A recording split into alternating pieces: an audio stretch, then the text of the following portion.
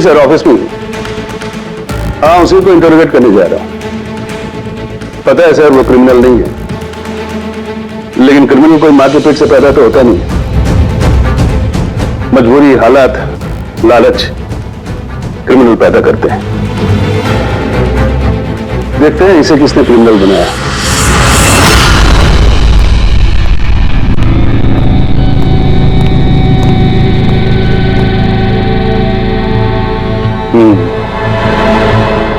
अब ये case CID नहीं, क्राइम ब्रांच को सौंप दिया गया है।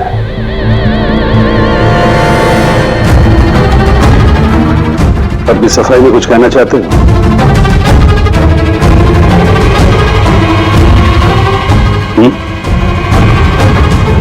मैं deputy commissioner of police Rajiv, बहुत सुना है तुम्हारे बारे में,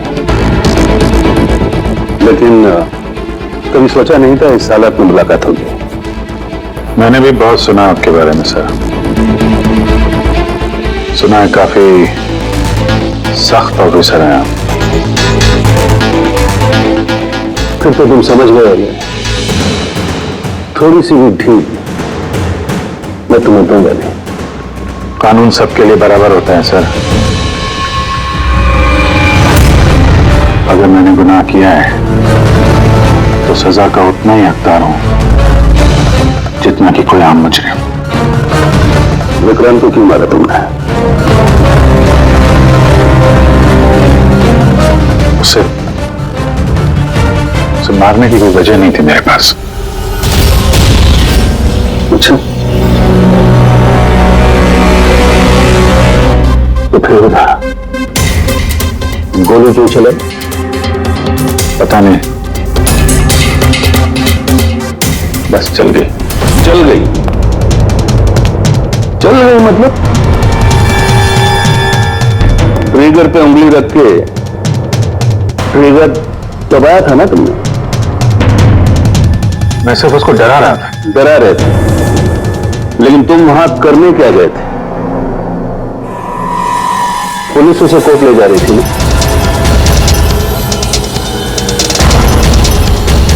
मेरे वहां होने की वजह जानने के लिए आपको सर मेरा और विक्रांत का इतिहास जानना होगा।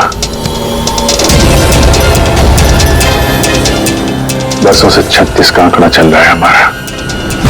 कई बार वो मेरे हाथ आते आते रह गया, लेकिन इस बार मैंने उसे पकड़ लिया।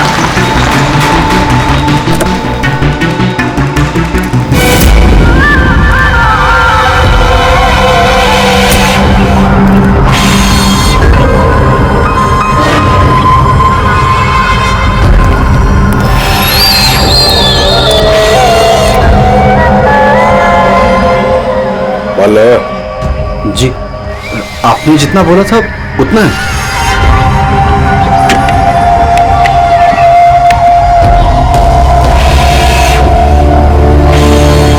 गुड। अगला कंसाइनमेंट अगले महीने की 5 तारीख को। जी। पैसे? गाड़ी में।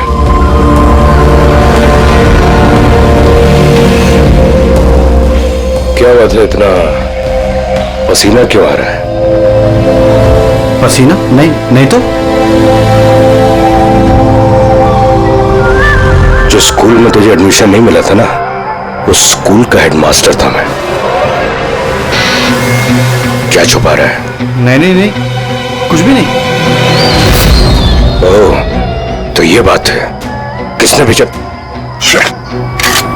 सीआईडी को बुलाया तूने? विक्रांत को धोखा देना बहुत महंगा पड़ेगा तुझे।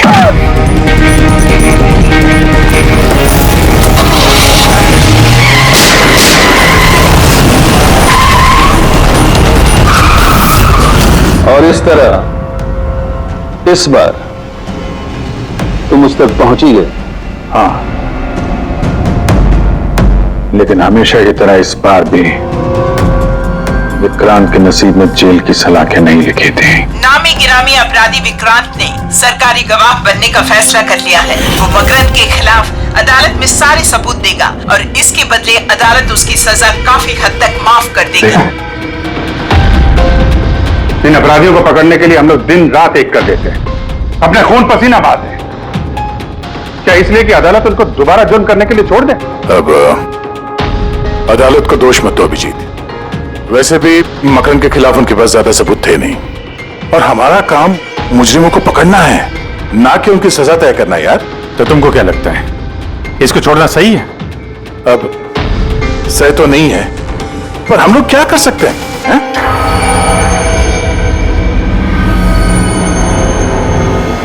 कर सकते हैं दया, बहुत कुछ कर सकते हैं।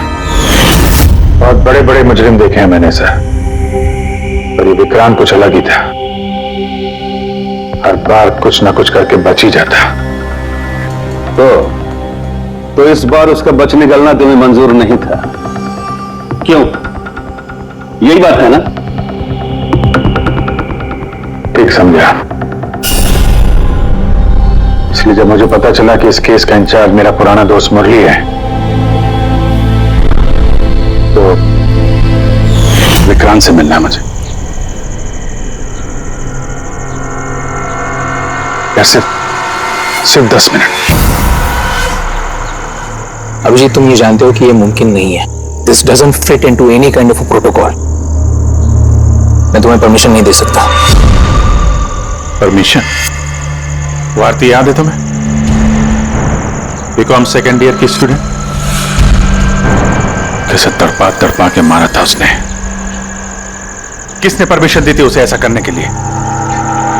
और वो 80 साल की बूढ़ी औरत, जिसे आंख से दिखता नहीं था, उसके हाथ पांव काट दिए थे उसने। एक 8 साल के बच्चे तक को। अभिजीत, मैं उसकी पूरी केस हिस्ट्री को जानता हूं। फिर तुम ये भी जानते होगे किसी भी जेल में 15-20 दिन से ज्यादा नहीं टिकता ये विक्रांत। यार मेरा उससे मिलना बहुत जरूरी है। एक लड़की का किडनैप हो गया, पिछले 2 महीने से नहीं मिल रही है। सिर्फ विक्रांत जानता है कहां है वो। यह लड़की की जिंदगी का सवाल है, समझो यार, सिर्फ 10 मिनट। ठीक है, लेकिन सिर्फ और सिर्फ 10 मिनट। तो इस तरह तुम विक्रांत की वैन तक पहुंचे, लेकिन तुम्हें तो सिर्फ इस लड़की के बारे में जानना था ना? ये सब कैसे हुआ? ये सच है सर, मैं सिर्फ लड़की के बारे में जानने गया था। मगर 5 मिनट का टाइम दे रहा हूं, दिमाग पे जोर डाल ले और अच्छी तरीके से हिला ले। आरजू कहां है? आरजू? कौन सी आरजू? किसकी आरजू? मैं नहीं जानता किसी आरजू को। वही लड़की जिसे तूने किडनैप कर रखा है। ओह सॉरी, भूल गया था। कहां रखा है उसे? जानता है अभिजीत, पिछली बार भी मैंने एक लड़की को किडनैप किया था, फिर भूल गया था। फिर अचानक 2 महीने के बाद मुझे याद आया, तो फिर जाकर देखा कि उसकी लाश कुर्सी से बंधी हुई थी और उसकी लाश पर मक्खियां भिनभिना रही थी। और अब आरजू का भी वही हाल होने वाला है। ऐसा कुछ नहीं होगा।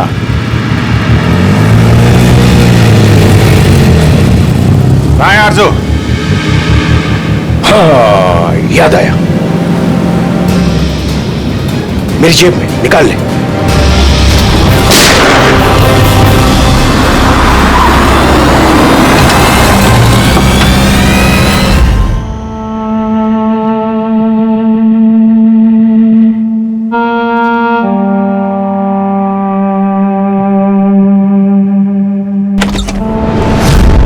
My God! Oh God!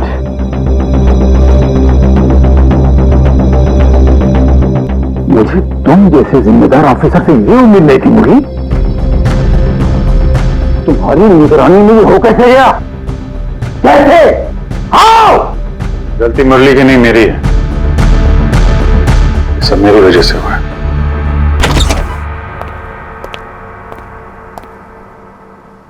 वाह वाह, क्यों एसपी साहब, बड़ा गर्व हो रहा होगा आपको। तो इतिहास में पहली बार किसी सीआईडी ऑफिसर के हाथों खून हुआ है, और वो भी एक सरकारी गवाह का। चैन साहब, आपको जो कुछ कहना है मुझे कहिए। अपराध मैंने किया है, तुमसे नहीं। एसीपी प्रद्युमन से ही बात करूंगा, क्योंकि अगर सीआईडी की नाक कटती है फाइनली सारी जिम्मेदारी प्रद्युम्न के कंधों पर ही आती है, इसलिए तुमसे ही बात करूंगा।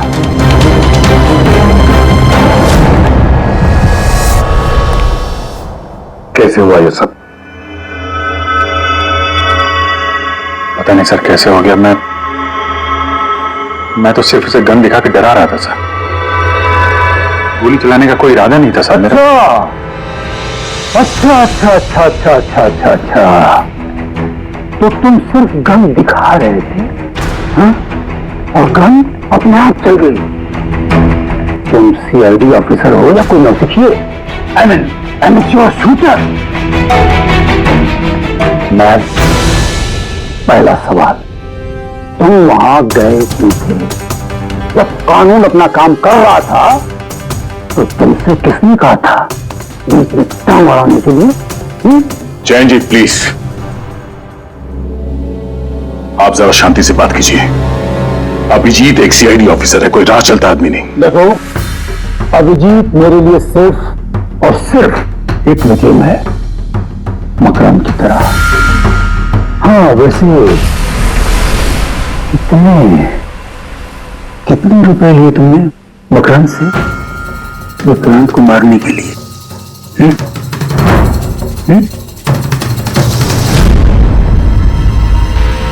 अगर तुम एक वकील ना होते और मैं एक सीआईडी ऑफिसर नहीं होता तो ये सवाल तुम्हें बहुत भारी पड़ता। Oh really? देखो देखो देखो देखो, ऐसे तो दुमन, इसके तेवर तो देखो, फोन करके बैठा है और मुझ जैसे लॉयर को, सीनियर लॉयर को धमकी दे रहा है। ऐसे चार्जेस लगाऊंगा, ऐसे चार्जेस लगाऊंगा, सांप जन्म तक जेल में बैठ के सोओगे। ये चीज हो गए तुम वहां। मानता हूं गोली चलाई मैंने सर, विक्रांत को मार दिया, लेकिन उसे मारने का कोई इरादा नहीं था मेरा। खून सिर्फ खून होता है अभिजीत, इरादा चाहे कुछ भी हो, गलत या सही कोई फर्क नहीं पड़ता। अदालत में ये सब काम नहीं आए। ये प्रोसिक्यूटर, जैन, मीडिया वाले धज्जियां उड़ा देंगे तुम्हारी, धज्जियां। इस जुर्म की सजा भुगतने के लिए मैं तैयार हूं सर, लेकिन जयंत और मीडिया वाले जो मुझ पर इल्जाम लगा रहे हैं मकरन से मिले होने का, यह मैं कभी बर्दाश्त नहीं कर सकता। अभिजीत, फिर तो तुम्हें कोई नहीं बचा सकता।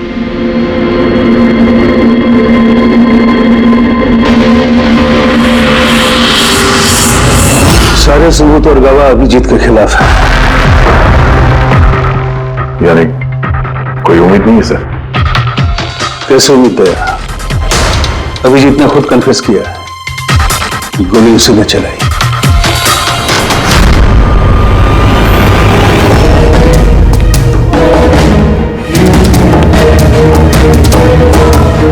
विक्रांत की मौत अभिजीत की गोली से नहीं हुई है बॉस। मतलब ये कि विक्रांत को गोली लगी है ठीक फेफड़ों के नीचे, और जब गोली फेफड़ों के नीचे लगती है तो इंसान की मौत होने में 20 से 30 मिनट लगते हैं, और विक्रांत की मौत तुरंत हो गई थी। एग्जैक्टली, इसीलिए मैं कहता हूं विक्रांत की मौत अभिजीत की गोली से नहीं हुई है, इसकी कोई और वजह है। और क्या वजह हो सकती है? उस वैन में ड्राइवर अभिजीत और विक्रांत के अलावा और कोई नहीं था। एक गोली चली, वो भी अभिजीत के गन से। उस वक्त वैन के अंदर कोई और नहीं था, और वैन के बाहर तो कोई और हो सकता है।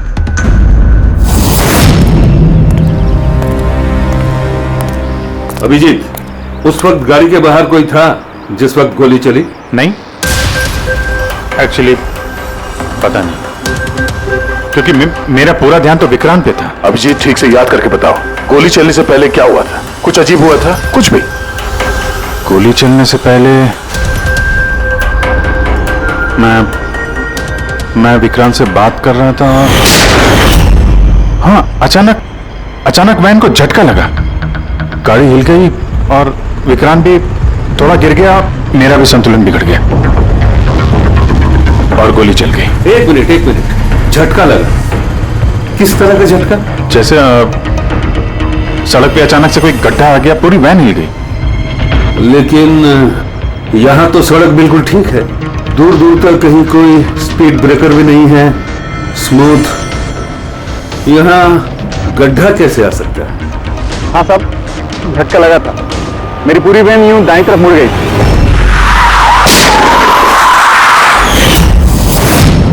स्टीयरिंग खुद ब खुद घूम गया? हाँ साहब। ये कैसे हो सकता है? अब ये तो मुझे भी पता नहीं चला कैसे हो गया। इससे पहले कि मैं वैन को संभाल पाता, पीछे से गोली चलने की आवाज आ गई।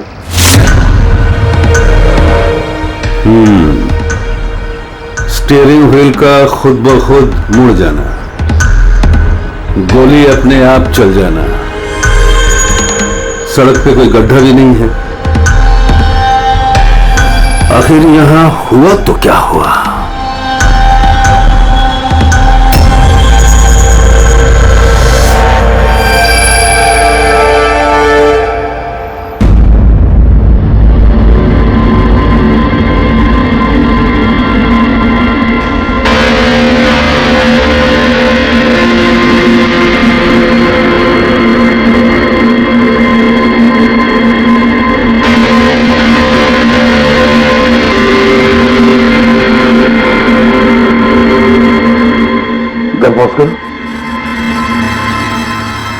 ये देखो, जब ये हादसा हुआ तो ये काली एसयूवी, ये काली गाड़ी उस वैन के बगल में से पास हुई। मतलब सर, विक्रांत का खूनी शायद इसी गाड़ी में? हाँ, हो सकता है। सर, ये गाड़ी कहीं रुकी नहीं सर, ये सीधे सीधे चली गई और दूसरी गोली की आवाज भी नहीं आई।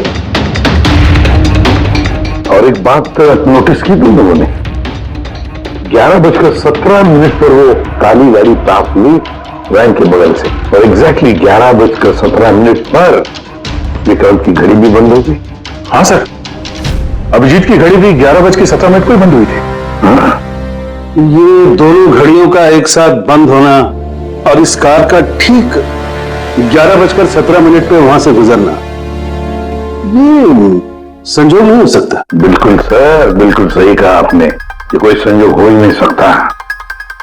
जरूर कोई ना कोई राज छुपा है उस काले रंग की एसयूवी में, जो अभिजीत की बेगुनाही साबित करेगा। तो यहाँ इस फुटेज में इस गाड़ी का नंबर तो दिख नहीं रहा है। इस जगह से 5 किलोमीटर दूर सर टोल नाका है, वहां के सीसीटीवी फुटेज से शायद इस कार की डिटेल मिल जाए।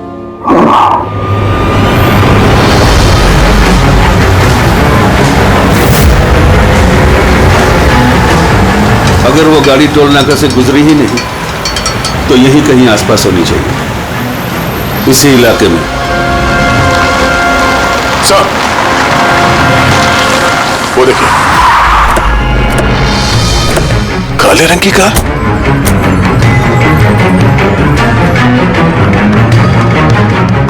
ओह नो, बेटी जरा आगे चेक करो।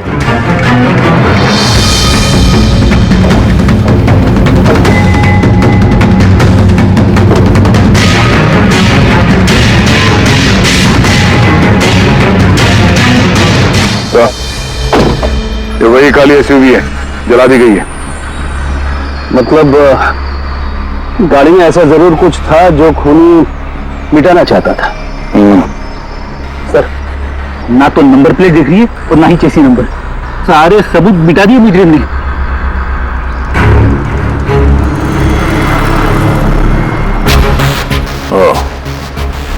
फिर एक काम करो, जरा आसपास पूछताछ करो, देखो किसी ने यहाँ पे कुछ देखा है क्या।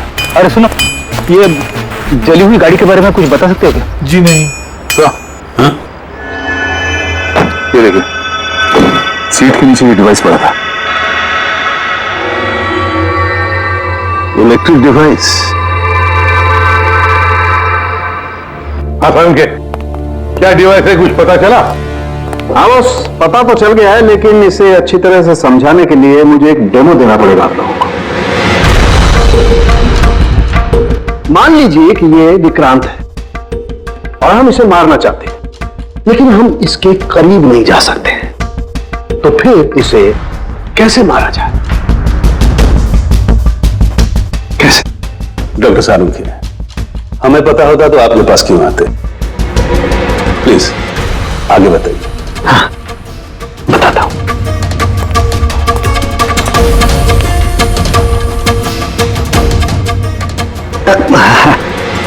आप थोड़ा पीछे हट जाइए प्लीज। Thank you.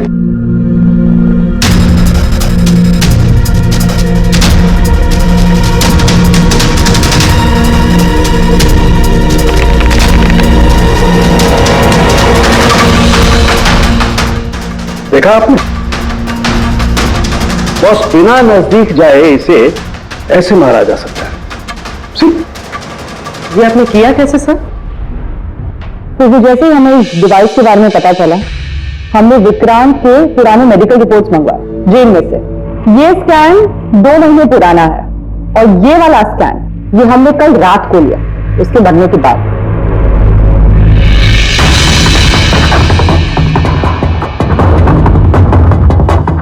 सारंगी, इस पहले वाले स्कैन में एक छोटी सी चीज अटकी हुई है वहां उसके सिर में। वही चीज इस 2 महीने बाद वाले स्कैन में शिफ्ट हुई है, हिल गई है, पीछे आ गई है। और ये छोटी सी चीज एक शार्पनर है बॉस, यानी गोली का छोटा सा टुकड़ा। और फिर ये शार्पनर वहां से इस तरफ शिफ्ट हो गया, जिस वजह से विक्रांत की सबड्यूरल हेमेटोमा यानी ब्रेन ब्लीडिंग की वजह से मौत हो गई। और ये शार्पनर अपनी जगह से हिला कैसे? उसी डिवाइस की वजह से जो हमें जल्दी हुई गाड़ी में से मिला। तो गोलियों के टुकड़े को हिलाने का डिवाइस ही है? सिर्फ गोलियां नहीं दया, इसने और भी बहुत सारी चीजें हिलाई, जैसे कि विक्रांत के हाथों की हथकड़ी, पुलिस वैन का स्टीयरिंग व्हील, दोनों की हाथ की घड़ी के कांटे, यहां तक कि अभिजीत की गन भी। मतलब लोहे की चीजें, तो जितनी भी लोहे की चीजें हैं वो हिल गई उस डिवाइस की वजह से। Exactly boss. और लोहे का सबसे बड़ा आशिक है मैग्नेट, चुंबक। बॉस, ये है वो चुंबक जिसके जरिए मैंने इसे उड़ाया। यानी उस काली वैन में भी एक ताकतवर लौ चुंबक था, जिसकी वजह से पूरी की पूरी वैन दाईं तरफ चली गई और अभिजीत की मेटल की गन वो भी अपने आप चल गई। हाँ, और विक्रांत के सिर में जो अटका हुआ शार्पनर का टुकड़ा है वो भी शिफ्ट हुआ। सर, इतनी प्लानिंग के साथ तो वही मार सकता है जिसे शार्पनर के बारे में पहले से पता था, उसका कोई करीबी। मकरंद, मकरंद। मतलब अभिजीत सर बेगुन है? No, not at all. इतनी जल्दी किसी नतीजे पे पहुंचना ठीक नहीं होगा। मकरंद के खिलाफ जब तक हमको पक्का सबूत न मिल जाए, कानून की नजर में अभिजीत ही दोषी है। मकरंद के खिलाफ सबूत तो वही देगा ना जो विक्रांत के सेफ हाउस के बारे में जानता था, वरना मकरंद को कैसे पता कि विक्रांत किस रास्ते से कोर्ट पहुंचेगा। और विक्रांत की खुफिया जानकारी सिर्फ मुरली और उसके बाकी साथियों के पास थी। आप लोग ऐसे सोच भी कैसे सकते हो सर कि हमने से कोई गद्दारी कर सकता है? जितने ईमानदार आप लोग हैं ना, उतने ईमानदार हम लोग भी हैं। विक्रांत को कहां और कौन से सेफ हाउस में रखा गया था ये सिर्फ आप लोग जानते थे और कोई नहीं। ये सच है ना? हाँ सर, नहीं पता थी। यहाँ तक हमारे घर वालों को पता नहीं थी, तो फिर हम बाहर वालों पे क्यों इल्जाम लगाएंगे? शायद पैसों के लिए किसी ने मकरंद को यह जानकारी दी हो। प्लीज साहब, हम भी पुलिस वाले हैं, जान की बाजी हम भी लगाते हैं। आप इस तरह इंफॉर्मेशन कहीं ना कहीं से तो लीक हुई है मुरली। हाँ सर, एक्चुअली मैं भी वही सोच रहा हूँ कि सेफ हाउस में 24 घंटे सीसीटीवी कैमरे लगे हुए थे, चाहकर भी कोई बाहर वाला अंदर नहीं आ सकता। क्या कहा आपने? चाहकर भी कोई बाहर वाला अंदर नहीं आ सकता? हाँ सर। झूठ! बाहर वाला कोई भी अंदर नहीं आया था। हाँ? क्यों? I am sorry sir, actually Jain ji कभी कभी आते थे। कभी कभी जैन जी आते थे? Yes sir. और कभी कभी जैन जी किस लिए आते थे? क्योंकि जैन जी मकरंद को हर हालत में जेल तक पहुंचाना चाहते थे। तो कहीं ये जयंती वो गद्दार तो नहीं है? वैसे भी कुछ ही दिनों में रिटायरमेंट होने वाला था, आखिरी केस था उनका। सोचा होगा संन्यास लेने से पहले थोड़े बहुत पैसे बना लो। सर, सर राकेश जयंत ने काफी पैसे बनाए। अभी 10 दिन पहले इसने पुणे में 10 करोड़ का फार्म हाउस खरीदा है। क्या? हाँ सर, ये रहे उस पार्टी के फोटोग्राफ।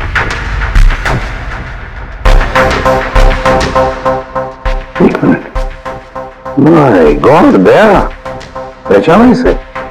हाँ सर, ये तो जोगी है, मकरंद का खास चेला। जोगी मकरंद का खास चेला, और वो भी जयंत की पार्टी में।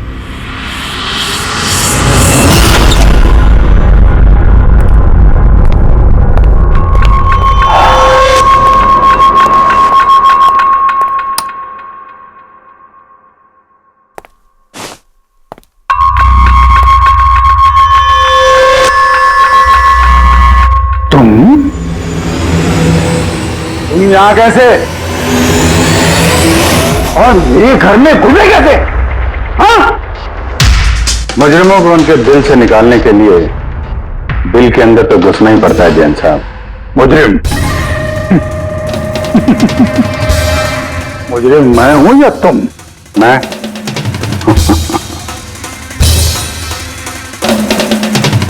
लेकिन ये तस्वीर, ये कुछ और ही कहानी कह रही है।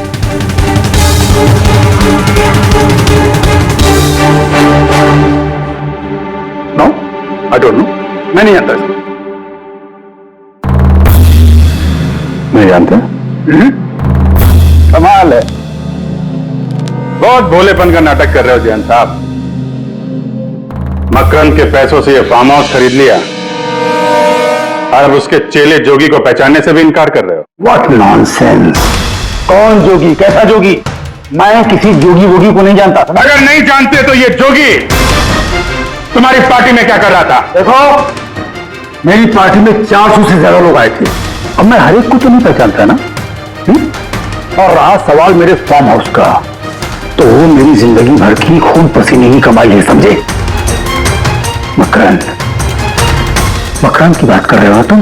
वो देखो, उस केस में उसके खिलाफ सारे सबूत मौजूद हैं। विक्रांत ने मरने से पहले मुझे सारे सबूत सौंप दिए थे। मकरंद को तो मैं फांसी पर लटकाऊंगा, और साथ में तुम्हें भी। देखो क्या हुआ, स्विच तो ऑन है, हुआ क्या लाइट को?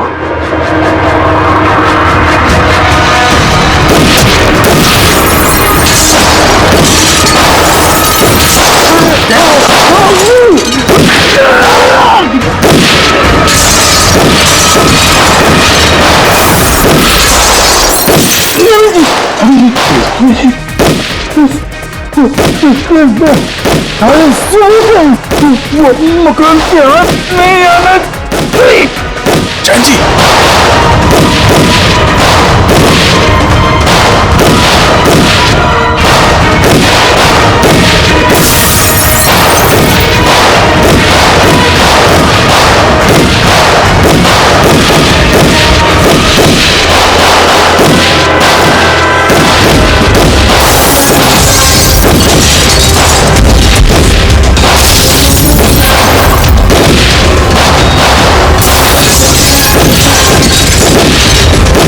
कमाल कर दी तुमने अभिजीत, वाकई कमाल कर दी। पर पूरी मीडिया तुम्हारे जान के पीछे पड़ी है, अब तो उनको लॉटरी लग गई। अब कह रहे जयंत का खूनी अभिजीत है। सर, उनके कहने से क्या होता है? आपको पता है मैं निर्दोष हूं सर। लेकिन तुम्हें वहां जाने की जरूरत क्या थी? जैन के घर में, वहां के सीसीटीवी कैमरे में साफ दिख रहा है कि जैन के मौत के वक्त तुम वहां थे।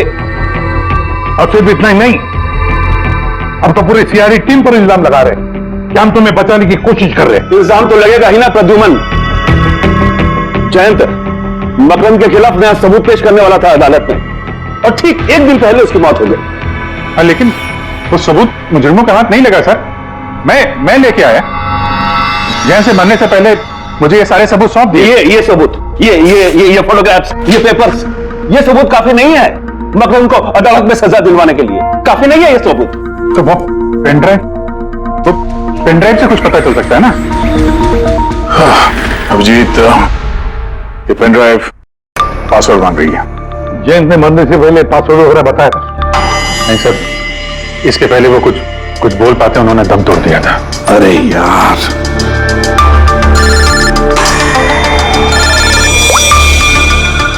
हेलो, हाँ पूर्वी। अच्छा, ओके ओके, ठीक है सर। पता चल गया जोगी को जैन जी की पार्टी में कौन लेके गया था। कौन लेके गया था? खुद जैन जी की पीए सोनल।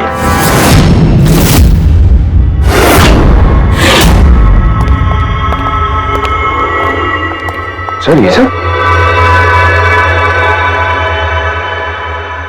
सोनल, सोनल, पूरी तेरे ऊपर चेक कर।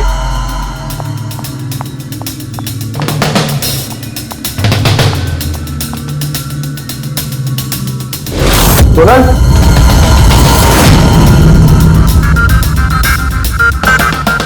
सर अंदर तो कोई भी नहीं। सर कोई नहीं होगा। तो सोनल गई कहाँ?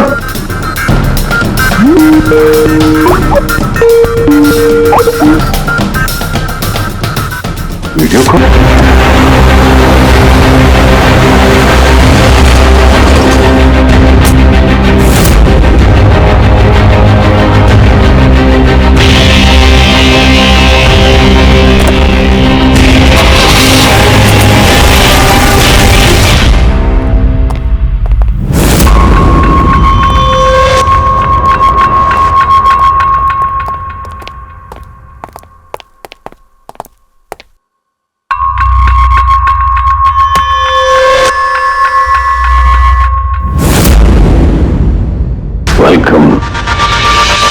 वेलकम अभिजीत।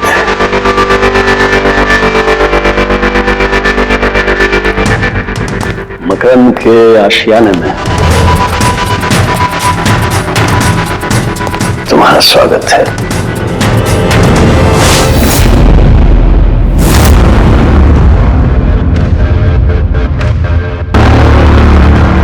सबूत इधर है बॉस।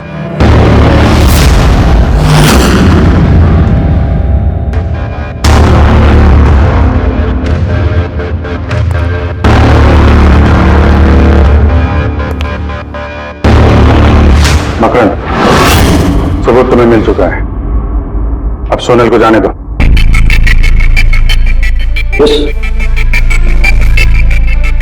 वैसे भी वो कहते हैं ना कि मरने वाले की अंतिम इच्छा अधूरी नहीं रहनी चाहिए। सोनल को बुलाओ।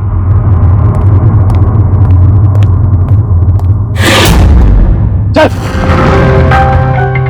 आप? सोनल तुम ठीक हो? हाँ सर मैं ठीक हूँ। तुम जाओ यहाँ से। लेकिन सर आप? मेरी चिंता मत करो, तुम निकलो, जाओ।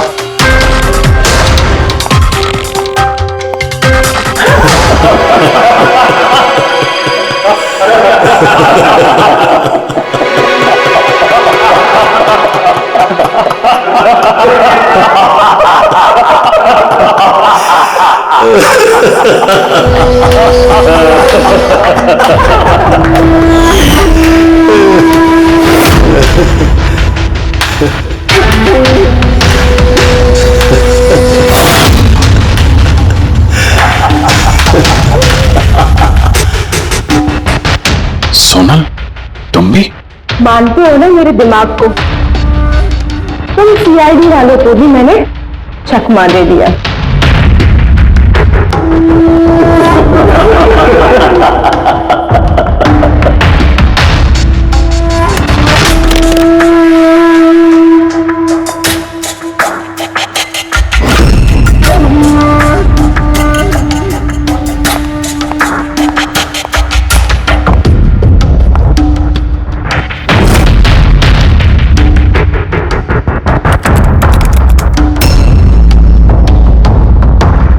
मुझे पता था जयंत यही पासवर्ड रखेगा।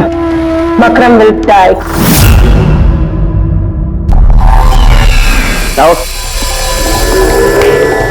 stop conversation.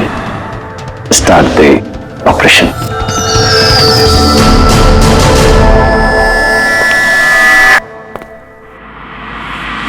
मरने का टाइम हो गया। टाइम हो गया? नहीं तो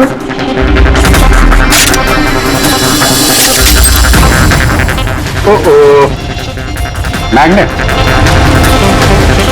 तुम लोगों को क्या लगा चुंबक को हथियार बनाना सिर्फ तुम लोगों को आता है?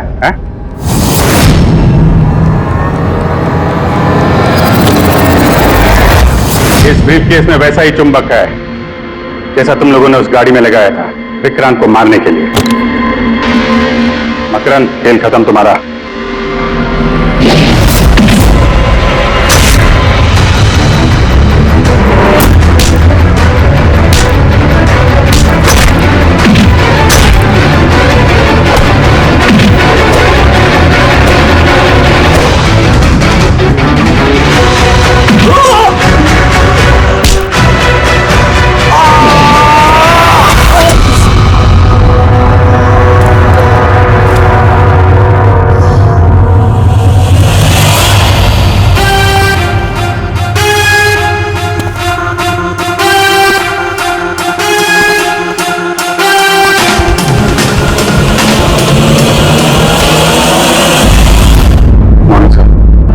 कंग्रेचुलेशन अभिजीत, फाइनली तुम पर लगे सारे इल्जाम आज धुल ही गए और एक बार फिर उसी गर्व के साथ तुम सीआईडी की ड्यूटी ज्वाइन कर सकते हो। Thank you sir. हमने अर्जुन को बचा लिया सर। मकरंद के साथियों को पता था कि विक्रांत ने उन्हें कहां कैद करके रखा था, बस अब जयंत जी का सपना पूरा नहीं हो पाया मकरंद को जेल भेजने का। चलो जो भी है, all well that ends well.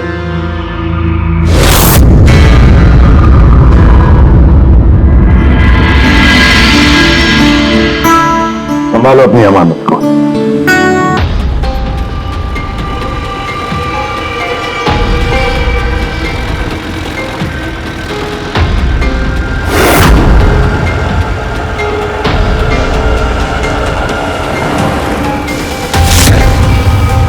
Cash van ने पाली रोड क्रॉस किया है।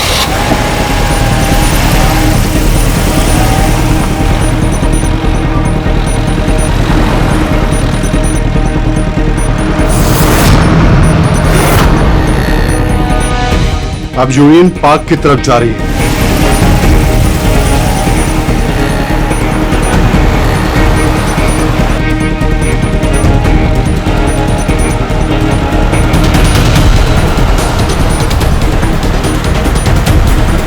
दस मिनट में खार डांडा पहुंच जाएगी।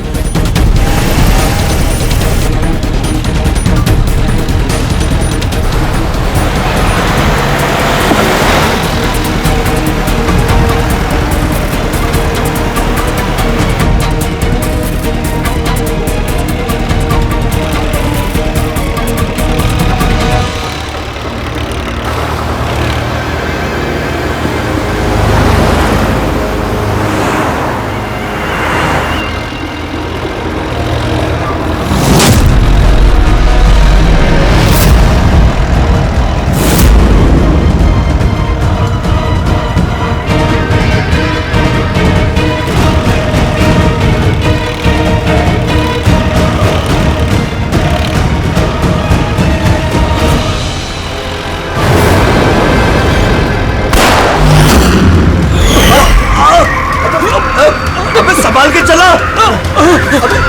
क्या क्या कर रहे हो?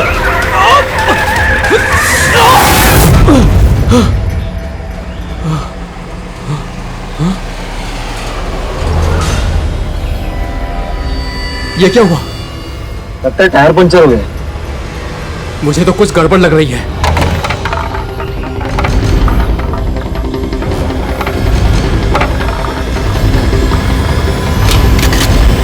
मनोहर, अरे क्या हुआ? होशियार रहना, मुझे कुछ गड़बड़ लग रही है भाई। ठीक है।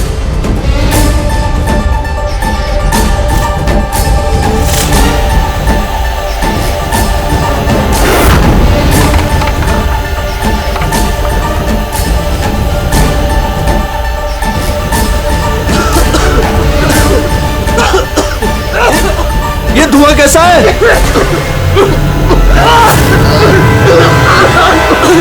ए भाई अंदर ही बैठा, मैं बाहर देख के आता हूँ।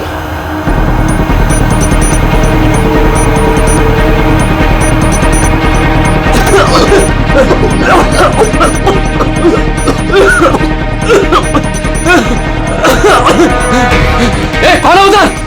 क्या हुआ?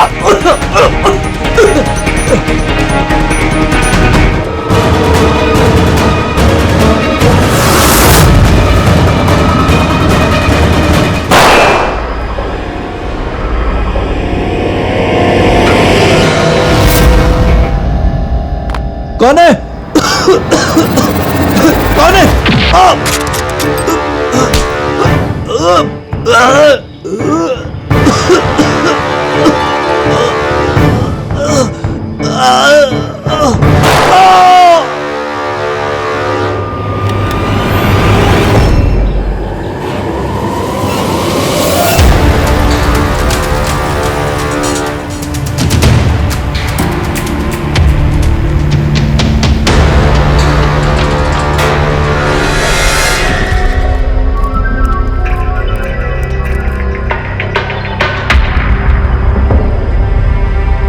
Smoke bomb.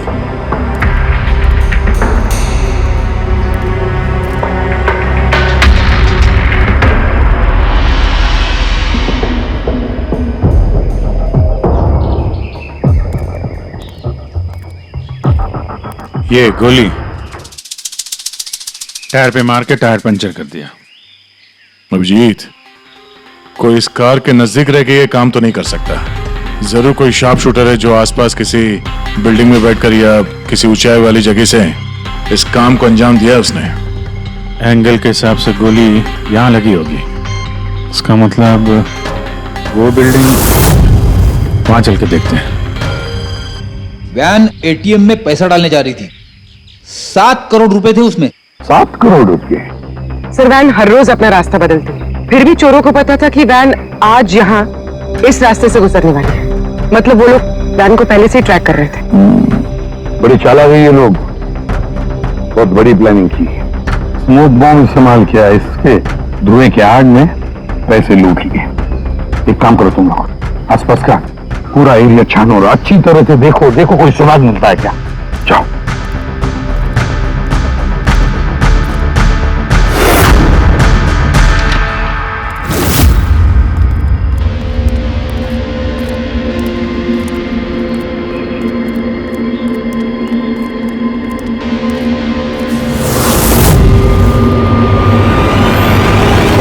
उस वैन पे ठीक से निशाना लगाने के लिए ऊंचाई पे होना जरूरी है।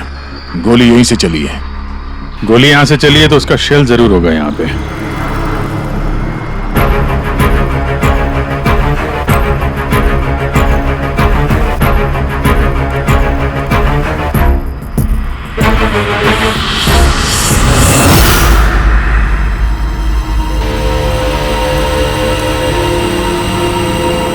दया, ये रही गोली, यहीं से लगाया गया है निशाना। तूफान की तरह आए और धुएं में पैसा उड़ाकर ले गए। परफेक्ट प्लानिंग की थी चोरी की। सर ऐसी फुल प्रूफ प्लानिंग तो कोई प्रोफेशनली कर सकता है, जो हर चीजों के लिए फिजिकली और मेंटली ट्रेंड हो। लेकिन सर इन्हें ढूंढने की शुरुआत कहां से करेंगे? ये तो बड़े शातिर चोर लग रहे हैं। हाँ सर, ये केस तो बड़ा चैलेंजिंग लग रहा है। हमने आसपास देख लिया, कोई सबूत या सुराग नहीं मिला जो हमें चोरों तक पहुंचा सके। वो गार्ड्स, कैश वैन में 3 लोग थे। ड्राइवर तो मर चुका है, लेकिन वो दोनों गार्ड्स जिन्हें गोली लगी है वो हॉस्पिटल में है, अभी बेहोश है। इंतजार करना पड़ेगा अभिजीत उन दोनों गार्ड्स के होश में आने का। ये गार्ड ही हमें इस केस का धुआं साफ करके दिखाएंगे। साहब, सब कुछ बहुत अचानक हुआ।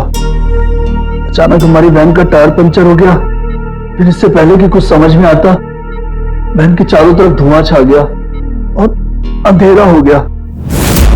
तो वो स्मोक बम किस तरफ से आया, कुछ देखा आपने? स्मोक बम? हाँ, वो जो सारा धुआं फैला था वो स्मोक बम की वजह से था। तो किसने फेंका? कोई आदमी दिखा? नहीं साहब, मैं वैन के अंदर था और धुएं की वजह से वैन के बाहर कुछ भी दिखाई नहीं दे रहा था। माना कि धुएं की वजह से तुमने कुछ देखा नहीं, तो कुछ सुना तो होगा, कुछ महसूस तो किया होगा आसपास? हाँ साहब, कुछ आहट सी हुई थी, 2-3 गोली चलने की आवाज आई और फिर किसी ने वैन का दरवाजा खोल दिया। फिर क्या हुआ? फिर जैसे ही मैं वैन से बाहर आया, मुझे धुएं की वजह से कुछ दिखाई नहीं दे रहा था।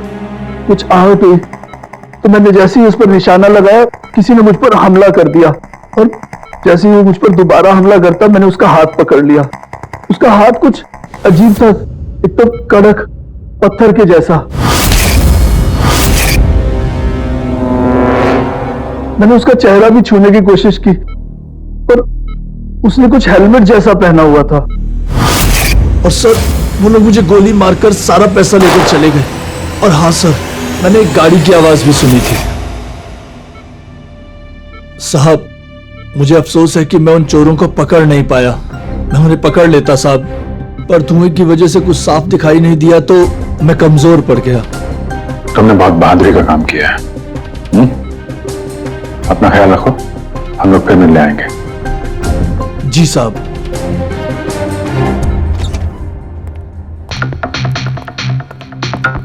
बड़ा ही सेफ्टी कॉन्शियस चोर है सर। हाथ तो कड़क ही उसके, हेलमेट पहन के चोरी करता। सर यानी अगर धुआं नहीं भी होता फिर भी उसका चेहरा ठीक से नहीं दिखता। एक मिनट, ये सुहास, चेतन और मनोहर, इन तीनों गार्ड्स को धुएं की वजह से कुछ नहीं दिखाई पड़ा, लेकिन उन चोरों को सब कुछ साफ साफ दिखाई पड़ा।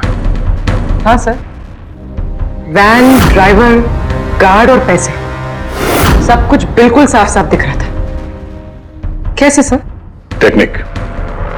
कैसी टेक्निक? वही टेक्निक जो आर्मी और ये स्पेशल सिक्योरिटी फोर्सेस वाले यूज करते हैं, जिससे एकदम अंधेरे में भी साफ साफ दिखाई देता है। Night vision.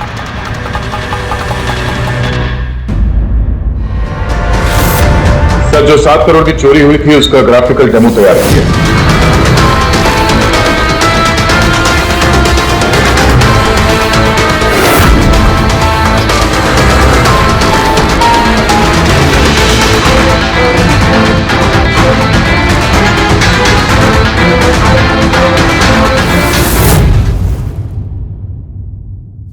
सर एग्जैक्टली ऐसा ही नहीं, बट लगभग ऐसा ही कुछ हुआ होगा जब चोरी हुई थी। मतलब चोरों ने थर्मल इमेजिंग और नाइट विजन का इस्तेमाल किया होगा, हैं? पॉसिबल है सर।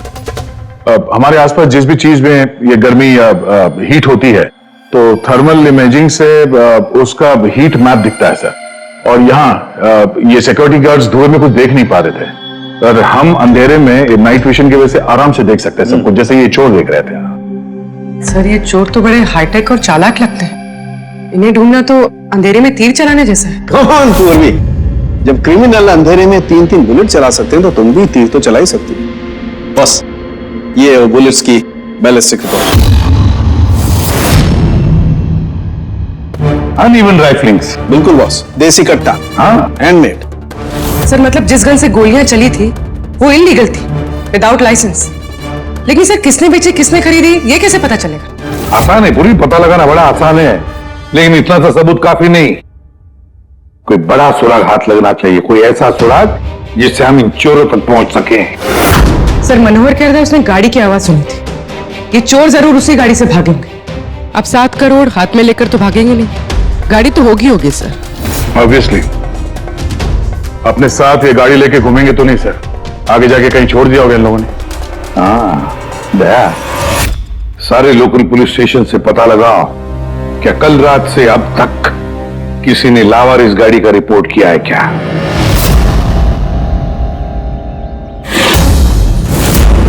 गाड़ी के ओनर ने कल दोपहर 1:30 बजे गाड़ी चोरी होने की FIR लिखवाई थी, और आज शाम को 5 बजे इसके यहाँ मिलने की रिपोर्ट भी मिल गई। अजीब बात है ना सर? अजीब नहीं है, परफेक्ट प्लानिंग है। ये ओनर कहाँ है इसका? सर वो तो गाड़ी लेने के लिए आ रहा था, उसको मैंने कहा कि आपकी परमिशन मिल जाए उसके बाद। अच्छा किया, thank you very much. Welcome sir. Sir ये पाउडर मिला है गाड़ी से, स्मोक पाउडर जैसा। डेफिनेटली वो चोर इसी गाड़ी में भागे क्राइम सीन से। और कुछ? कुछ नहीं सर, पूरी कार में एक भी फिंगरप्रिंट नहीं मिला है, सब साफ है सर। ऑब्वियसली हैंड ग्लव्स पहने होंगे उन लोगों ने। शक्ल और आवाज का तो पता नहीं था, अब फिंगरप्रिंट भी नहीं है। ये चोर है या कोई भूत? अंधेरे में आते हैं, चोरी करते हैं और भाग जाते हैं। अगर ये चोर नाइट विजन का यूज करके चोरी कर सकते हैं तो हम भी नाइट विजन का यूज करके इनको पकड़ सकते हैं। लेकिन सर, ये सारा सामान मिलेगा कहां से? जहां से उनको मिला, पिछले 48 घंटे में जिसने भी ऐसा कुछ बेचा हो उनकी एक लिस्ट बनाओ। रेडी? ये उन स्टोर्स की लिस्ट है जो लोग थर्मल इमेजिंग और नाइट विजन का सामान बेचते हैं। अब ये सारा सामान हाईटेक है, इसलिए खुद बनाना मुश्किल है। जरूर खरीदा होगा इन्हीं दुकानों में से। यार सबको फोन करके देखो। सर, अभिजीत, खरीदा नहीं है, चोरी की गई है। क्या? हाँ सर, वो लोकल पुलिस स्टेशन में जितने भी एफआईआर चोरी के दर्ज होते हैं हमें अपडेट देते रहते हैं। पिछले 3 हफ्ते पहले ये ऐसी चोरी की रिपोर्ट दर्ज की गई थी सर। ये मैंने उसका रिकॉर्ड निकाला है सर। 5 हाईटेक गुड्स की चोरी हुई है, थर्मल इमेजिंग और नाइट विजन। कहां पर हुई थी चोरी? मैजिक वर्क्स खार। मैजिक वर्क्स खार।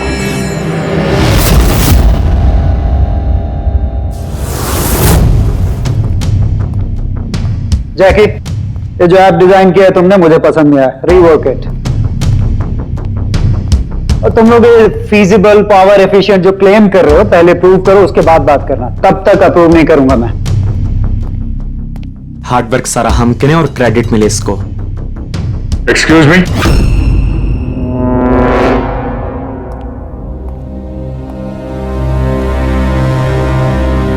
जी, आप लोग?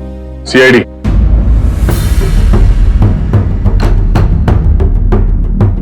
तुम में से मले कौन है? क्या आपकी मुझसे बात हुई थी? सो इट सीम्स के सीआईडी मेरे डिजाइन किए हुए इक्विपमेंट में इंटरेस्टेड है। कूल। काम की बात करें?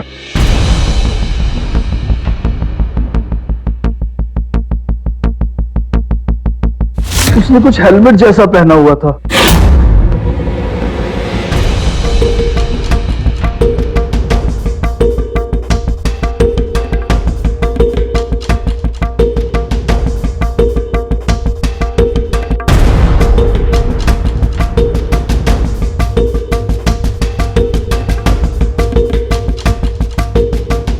सर, मैंने एक टेक्निकली एडवांस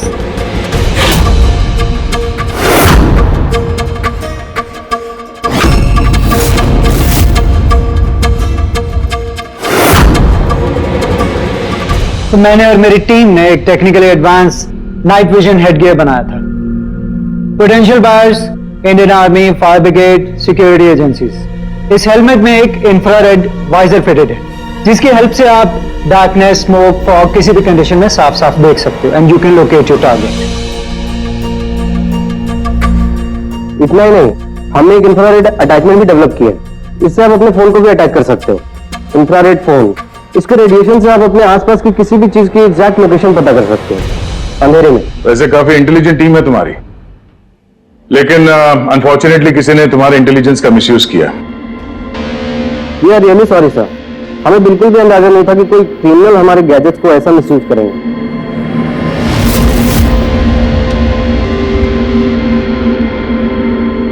तुम्हारा ये इंटेलिजेंट प्रोडक्ट कुछ लोग खरीदने वाले थे ना? किसके से सुनाया था ये आइडिया? सर, पिच तो बहुत सारे लोगों को किया था and many were interested also, लेकिन हमने 3 मेजर क्लाइंट्स को शॉर्टलिस्ट किया था जो कि हमारे स्टार्टअप में इन्वेस्ट करने में इंटरेस्टेड थे। परेश कामत, हार्डवेयर टाइकून, ये तो ऑलमोस्ट चेक देने के लिए रेडी था। Girish Kashi, steel industry developer, ये डिफेंस इंफ्रास्ट्रक्चर को डेवलप करना चाहता था। एंड लास्ट, जॉनसन, अपने टाइम का जाना माना ऐप डेवलपर, 300 करोड़ का पॉसिबल इन्वेस्टमेंट्स। सर, आपके हमारे स्मार्टफोन्स के अंदर ज्यादातर ऐप इसी की हैं। बट तीनों की डिमांड थी सर, इन्वेस्ट करने से पहले उनको वर्किंग मॉडल्स देखने थे। और आपने 5 मॉडल्स रेडी किए थे ना, right? Sir, complete functional models, infrared phones, thermal imaging binoculars, night vision visor helmets, everything. लेकिन सब कुछ चोरी हो गया। और हम लोग पुलिस के पास गए and they didn't believe us, they thought कि हम लोग के बच्चे और हमारे गैजेट्स खो गए। हमने एफआईआर लिखवाया लेकिन उन्होंने कोई एक्शन नहीं लिया। कंपनी के चक्कर में फंस गया। इससे अच्छा मैं पर्सनली सब कुछ बेच लेता। अच्छा, आप लोगों के अलावा और इन 3 क्लाइंट्स के अलावा और कोई है जिसे इन गैजेट्स के बारे में मालूम? सर, ये हमारा ड्रीम स्टार्टअप था। हमारे अलावा इसके बारे में कोई नहीं जानता था। Right Kritika? What do you mean? मतलब मैं पैसों के लिए अपने ही प्रोजेक्ट को, एक्सक्यूज मी?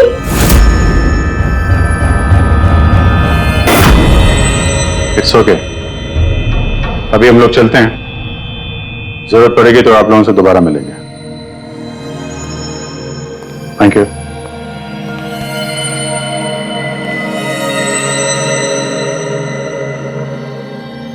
ये गिरीश काशी है तो एक मिलियनर, लेकिन कई सारे फ्रॉड्स और हेराफेरियों में शामिल रहा है वो।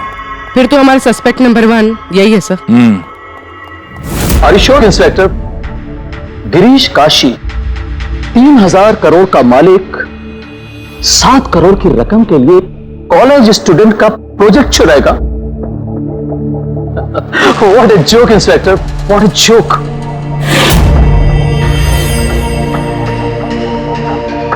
मैंने आपको सिर्फ 5 मिनट का वक्त दिया था, आपके 5 मिनट पूरे हो चुके हैं। I have some other important meetings.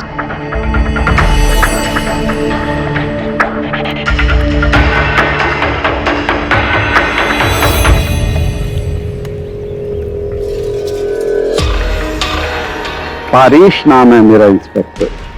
मुझसे तो कह दिया, किसी और से मत कहना।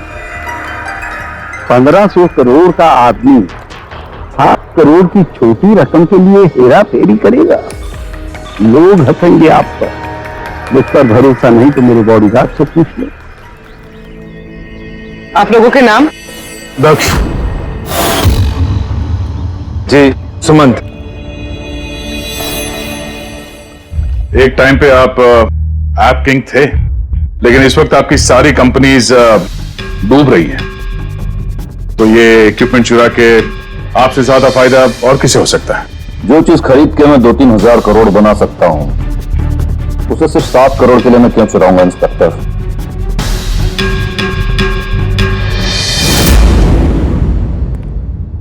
सर, वैसे बात तो सही कह रहा है। अगर वो इक्विपमेंट सच में इतना एडवांस्ड है जिससे करोड़ों रुपए बन सकते हैं, तो फिर वो जिन्होंने इसे चुराया है वो लोग 7 करोड़ पे क्यों रुके हैं? उसकी लालच इतनी जल्दी मिटने वाली नहीं है। मौके का इंतजार कर रहा है वो। हेलो, क्या? ठीक है, हम लोग अभी पहुंचते वहां पे। क्या हुआ सर? लगता है इसी मौके का इंतजार कर रहे थे वो। एक और चोरी। चलो।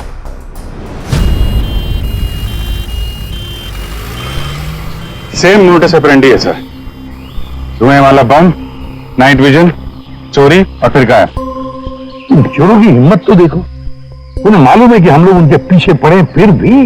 लेकिन सर, इस बार रकम 12 करोड़ है। वाकई इन चोरों की हिम्मत बढ़ती जा रही है। अगली बार रकम 15 करोड़ होगी। सर, हमें जल्द से जल्द कुछ करना होगा। सर, ये वैन में ही कुछ करें क्या सर? इसी में सिक्योरिटी सिस्टम वगैरह लगा देते हैं। हाँ सर, ताकि बैंक के पैसे भी बच जाएं और गार्ड्स की जान भी। मगर सर, ये सब करेंगे कैसे?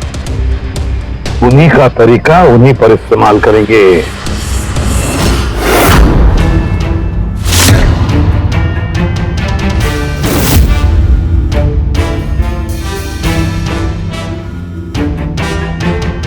हेलो, ये वत्सला सिक्योरिटी ऑफिस का नंबर है? मुझे आपके मैनेजर से बात करनी है। सीआईडी। हाँ, सीआईडी।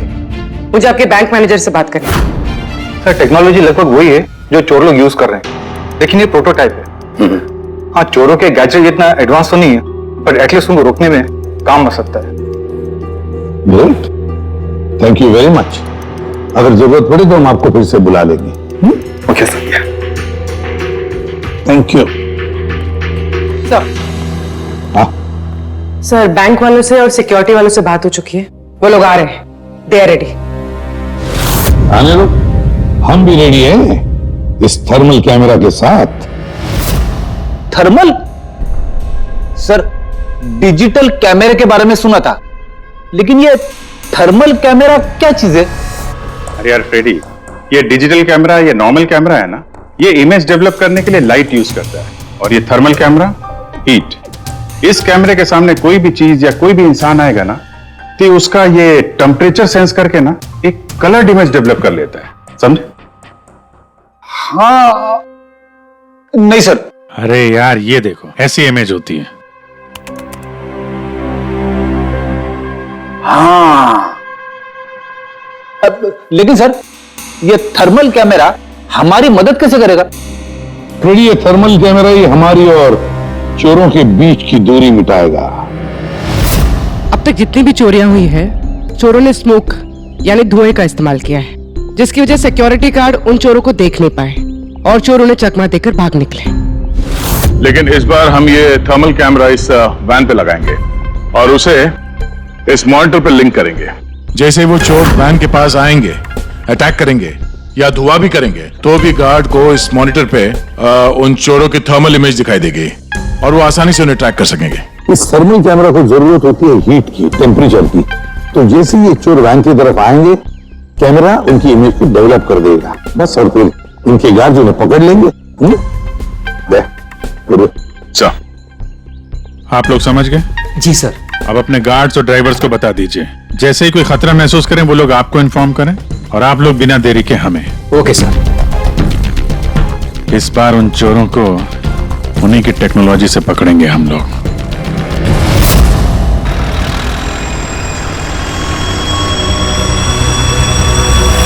पूरे 12 करोड़ कैश हैं, साथ में सिक्योरिटी के लिए एक और वैन लेना चाहिए था।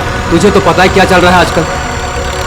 तू डर मत, अपने पास बंदूक है ना? हाँ। और सीआईडी वालों ने थर्मल कैमरा भी लगा रखा है।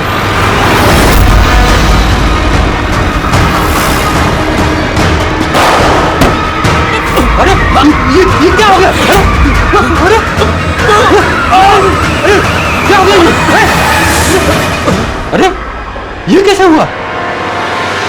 जगत होशियार रहना, शायद हम पर अटैक होने वाला है।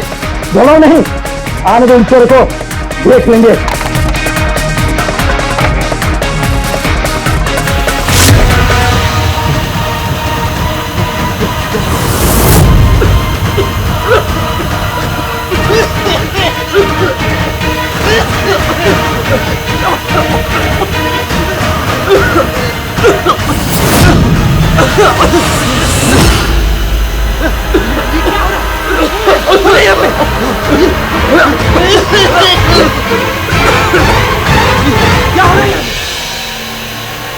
हेलो हेलो हेलो सर, हाँ, हम पर अटैक हो गया है।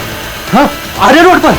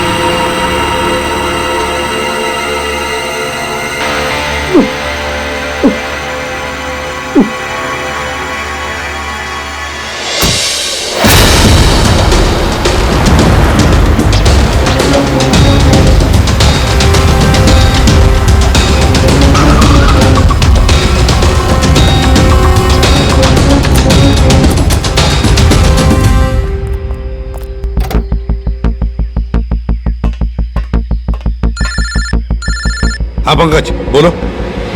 नहीं, तुम कंट्रोल रूम में ही रहना। हाँ, और सारी कैश वैन्स को मॉनिटर करते रहना, समझे? सारी कैश वैन्स को। हाँ ओके ठीक है। आप रेडी? गार्ड्स का क्या हुआ? सर सब जिंदा है सर, मैंने एम्बुलेंस को फोन कर दिया है। सर हम फिर लेट हो गए, हमारे आने से पहले ही चोर निकल गए। हाँ, अंदर एक जगत नाम का पहरेदार है, उसने बोला कि उसने एक चोर के ऊपर 2 गोलियां चलाई हैं। फिर भी निकल गए सर। एक काम करो, वो दोनों शेल्स और थर्मल कैमरा का फुटेज फाउंड्री के बाद भेज दो। देखते इस बार नया क्या हाथ लगता है।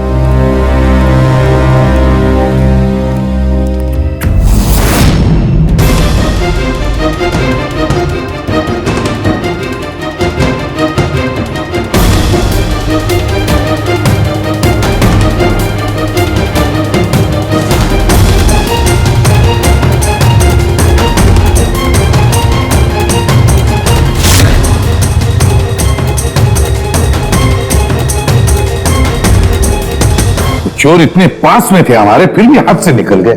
बस हाँ, क्या पता चला सिक्योरिटी गार्ड जगत की गोलियों से? ये वो 2 गोलियां हैं जो गार्ड ने चोर पर चलाई थी। या साउंड ये 2 गोलियां हमने लाकर दी तुझे? कुछ नया बताना। अरे यार सर एक बात समझ में नहीं आ रही। अगर ये 2 गोलियां एक ही चोर को लगी थी, फिर भी ये दिखने में इतनी अलग क्यों है? वो इसलिए कि एक गोली पर चोर का खून और उसके मसल के टिश्यूज हैं, और दूसरी पर प्लास्टिक कोटिंग। क्या? Plastic coating? ये कहां से आया? ये तो समझ में नहीं आ रहा कैसे। इस क्राइम सीन पे ना प्लास्टिक था ना ही प्लास्टिक से बना कोई चीज, तो फिर ये बुलेट के ऊपर प्लास्टिक कोटिंग कहां से आ गई? पूरे थर्मल कैमरा का फुटेज जरा चलाओ फिर से।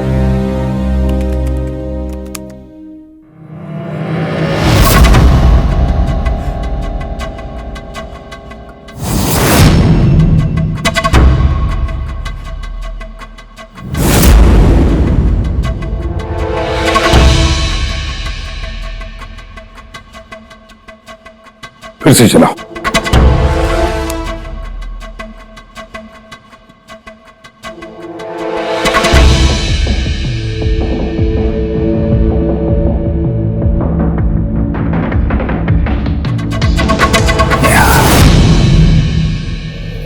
दया। हाँ सर, समझ गया। क्या समझे सर? यही कि एक चोर का हाथ नकली है, नकली। और ये कैसे समझे आप? पूर्वी ये देखो, ये फुटेज थर्मल इमेजिंग में बॉडी के टेम्परेचर से उसका इमेज बनता है, और यहां इस फुटेज में ये चोर के इमेज में उसका हाथ जिस पर गोली लगी है वो दिखाई नहीं दे रहा, क्योंकि उसका हाथ है ही नहीं, नकली हाथ है वो, प्रोस्थेटिक।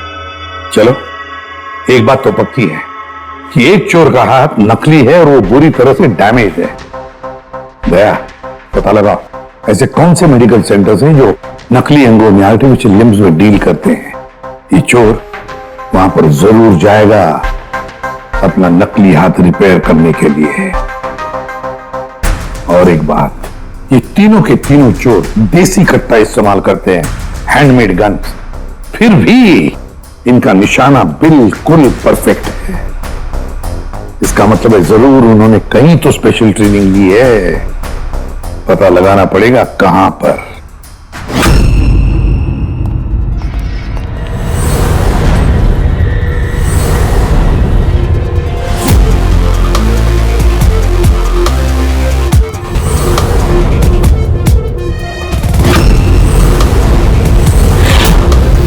सर, हम सिर्फ एलीट पर्सनालिटीज और हाई प्रोफाइल लोगों को भी अपनी सिक्योरिटी प्रोवाइड करते हैं। किसी भी क्रिमिनल रिकॉर्ड रखने वाले को हम क्यों हायर करेंगे?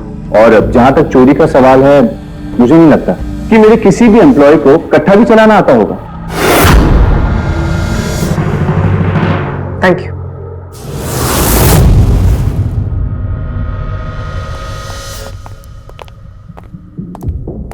इन सारे एजेंसीज का यही कहना है कि वो सिर्फ हाई प्रोफाइल क्लाइंट्स को ही सिक्योरिटी देते हैं। ये मलय, इनके 3 हाई प्रोफाइल क्लाइंट्स हैं, याद है ना? ये मिस्टर परेश, उनके 2 गार्ड्स, क्या नाम है उनका? दक्ष, सुमंत और दक्ष। पूरी जरा पता करो ये मिस्टर परेश कौन सी सिक्योरिटी एजेंसी के क्लाइंट है।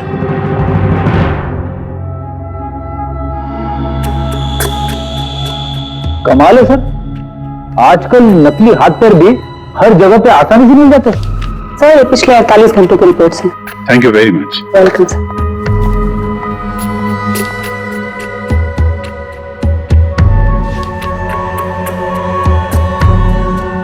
ओहो, क्या हुआ सर, कुछ मिला क्या?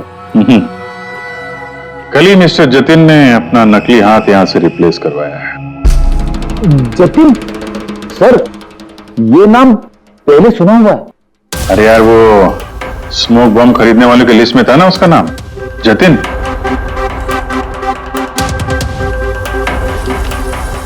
अरे, इसके इलाज का खर्चा एक सिक्योरिटी एजेंसी उठा रही है।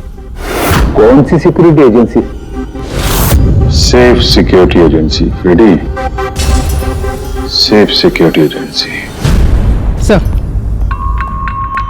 मैंने पता लगा है कि परेश के दोनों बॉडीगार्ड्स, सुमंत और दक्ष, कोइंसिडेंटली इसी सेफ सिक्योरिटी एजेंसी के एम्प्लॉयज हैं। और एक इंटरेस्टिंग बात पता चली है सर, कि ये दोनों आर्म्ड फोर्सेस में शार्प शूटर्स थे। और दोनों ने कुछ ही महीने पहले वॉलंटरी रिटायरमेंट ली है। तो हो ना हो, दोनों उस वक्त वहीं पे मौजूद थे जब मलय मिस्टर परेश को अपने आइडिया सुना रहा था। तुम किसी सेफ सिक्योरिटी एजेंसी के मैनेजर से मिले हो क्या? हाँ, मैं उसी के ऑफिस के बाहर खड़ा हूं। और मजे की बात यह है कि वही सिक्योरिटी एजेंसी है जिसे हम ढूंढ रहे हैं। किसकी एजेंसी है ये? अजय।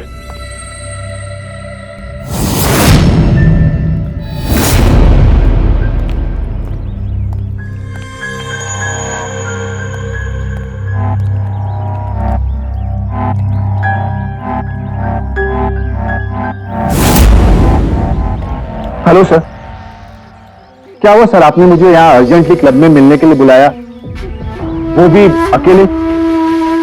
Any problem sir? अकेला कहाँ हूं, ये दो बेवकूफ है ना मेरे साथ। बेवकूफ सर, कुछ गलती हुई इनसे? हाँ, ये अपनी ड्यूटी को लेके सीरियस नहीं है। जब मैं किसी इंपॉर्टेंट मीटिंग में जाता हूं तो अचानक 3-4 घंटों के लिए गायब हो जाते हैं। बाद में मुझे किसी ने बताया कि ये कहीं और जाते हैं। सर, किसी और ने? मैं समझा नहीं।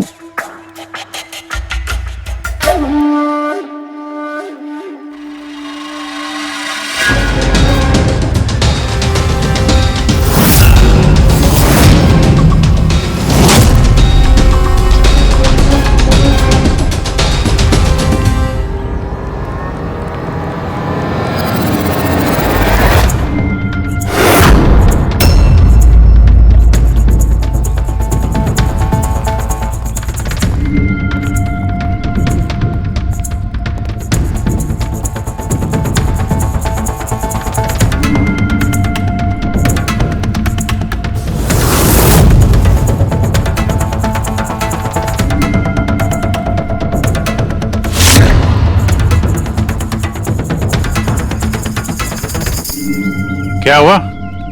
चारों एक दूसरे को देख के हैरान हो रहे हो? एक दूसरे को जानते नहीं क्या? हैं? अजय, तुमने तो कहा था कि तुम्हारे यहां किसी को कट्टा चलाना नहीं आता, हा? लेकिन हमें पता चला है कि ये तो बहुत अच्छे निशानबाज हैं।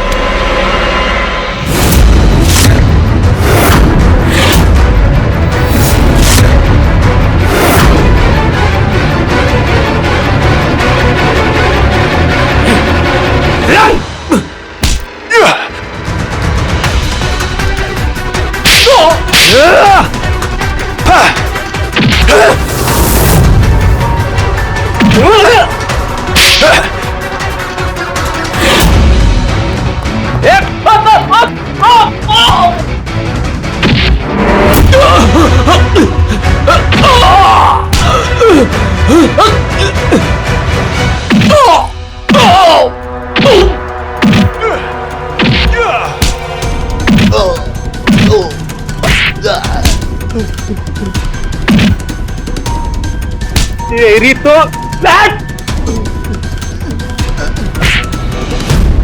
हमें सब पता है जतिन, जगत की गोली से तुम्हारा ये नकली हाथ डैमेज हुआ था ना। जो तुमने कल ही रिप्लेस करा है, अब ज्यादा होशियारी की ना तो दूसरा हाथ भी नकली लगवाना पड़ेगा। चल चल।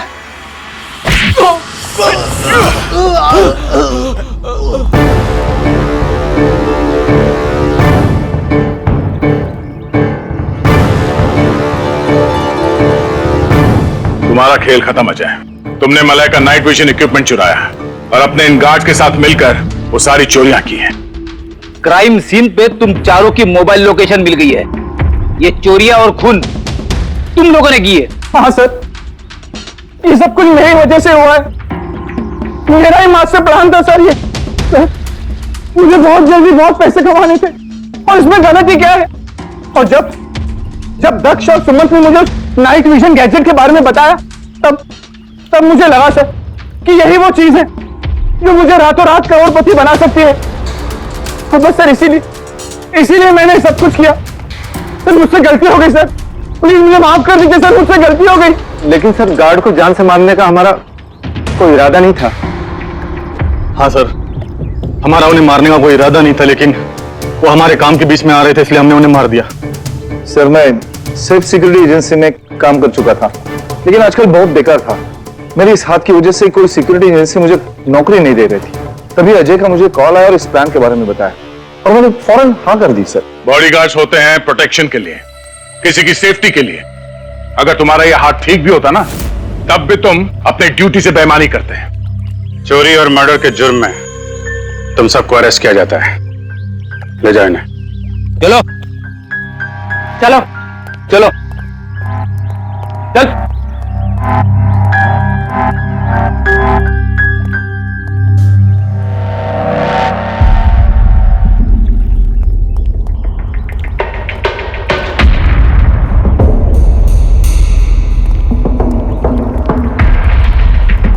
थैंक यू परेश जी, आपकी मदद के लिए शुक्रिया।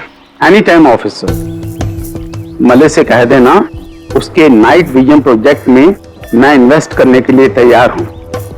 नेशनल सर्विस प्रोजेक्ट में उसे यूज करूंगा। ये तो बहुत अच्छी बात है।